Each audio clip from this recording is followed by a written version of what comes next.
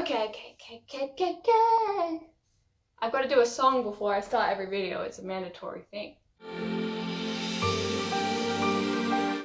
Okay, so I'm Grace. This is Gracefully, and today I wanted to go through my currently reading because I feel like I haven't properly introduced myself. I did the booktube newbie tag, but I feel like this is a much better way to get to know my tastes and also what I'm reading and what I'm doing in my life, because I think what I'm reading, considering I'm very much a mood reader, is a good way to see where I'm at. The book I am most prevalently reading, like the one I'm probably putting the most time and effort into at the moment, is Mary Shelley's Frankenstein, which is the 1818 text.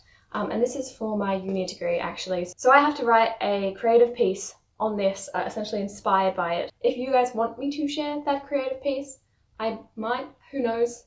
I might do like a little short film, which I really enjoy. And I am thinking of making a piece which is commentary on how fan fiction is essentially an amalgamation, and it can get out of the hands of the original author in a good or bad way, similarly to Frankenstein's monster. I personally really do enjoy this book, actually. I think it is excellently written, especially considering the fact that Mary Shelley was 19 when she wrote this book, and especially considering the life experiences of Mary Shelley. I'm not going to call it a flaw necessarily, but I do think that I have a lot of trouble reading it, and talking to my peers, they also have, simply because it is published in 1818, and when something horrific happens, like when literally the most terrifying thing that anyone has ever seen presents itself, people are like, "Oh heavens, thou shalt remove themselves from my vision." And it's just such a disproportionate result, because we'd be like, "Oh shit." That's, get out of my house, please. What are you doing in my swamp? So it's just a bit of a disproportionate reaction, and the writing is very hard to get through. I probably normally read like a page a minute, which I think is generally the average speed, whereas this is taking me about a page every 2 to 3 minutes. I do really enjoy it, and I really enjoy the themes that it explores, and I think it's really impactful work that everyone should read. Don't like the incest though. Could do without that, but hey. Do you want to hop on your cousin's lap there, please?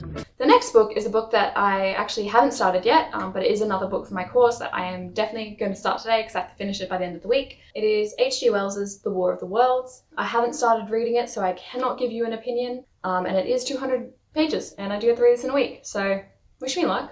Normally it wouldn't take me too long, but I do have a part-time job and like 2 other uni subjects which also have readings attached to them, and also an assessment due on Sunday and next week.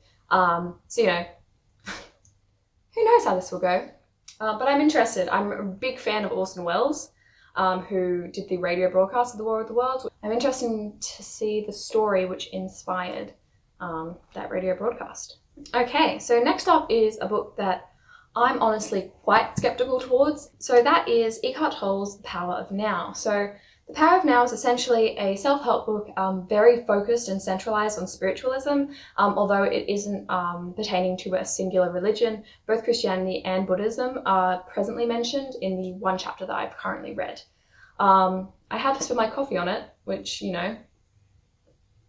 good job me. But yeah, so this is definitely an interesting novel. I really wanted to read it because a lot of people have said that it has cured their depression and literally changed their life reading this book. Oprah has blurbed it. I did see the Gloop lady with the author of this, which does concern me quite a bit because she's a concerning human being. But yeah, I'm presently a chapter in, and I have noticed that implementing one of the techniques that he does recommend has actually stopped me from stressing out about a few things, but I'm intrigued as to the techniques in the rest of the novel. The next book I'm reading is another non-fiction book.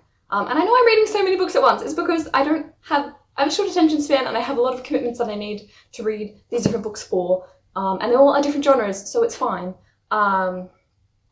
So the next book is a book that I got gifted for my birthday, and it is a non-fiction book. It's called Humans, A Brief History on How We Fucked It All Up. And it's just a really comedic look at history and the kind of history of humans. And I think I'm about 30 pages in, and I have been honestly laughing, not out loud, but that little laugh you do in your head when you're like, huh.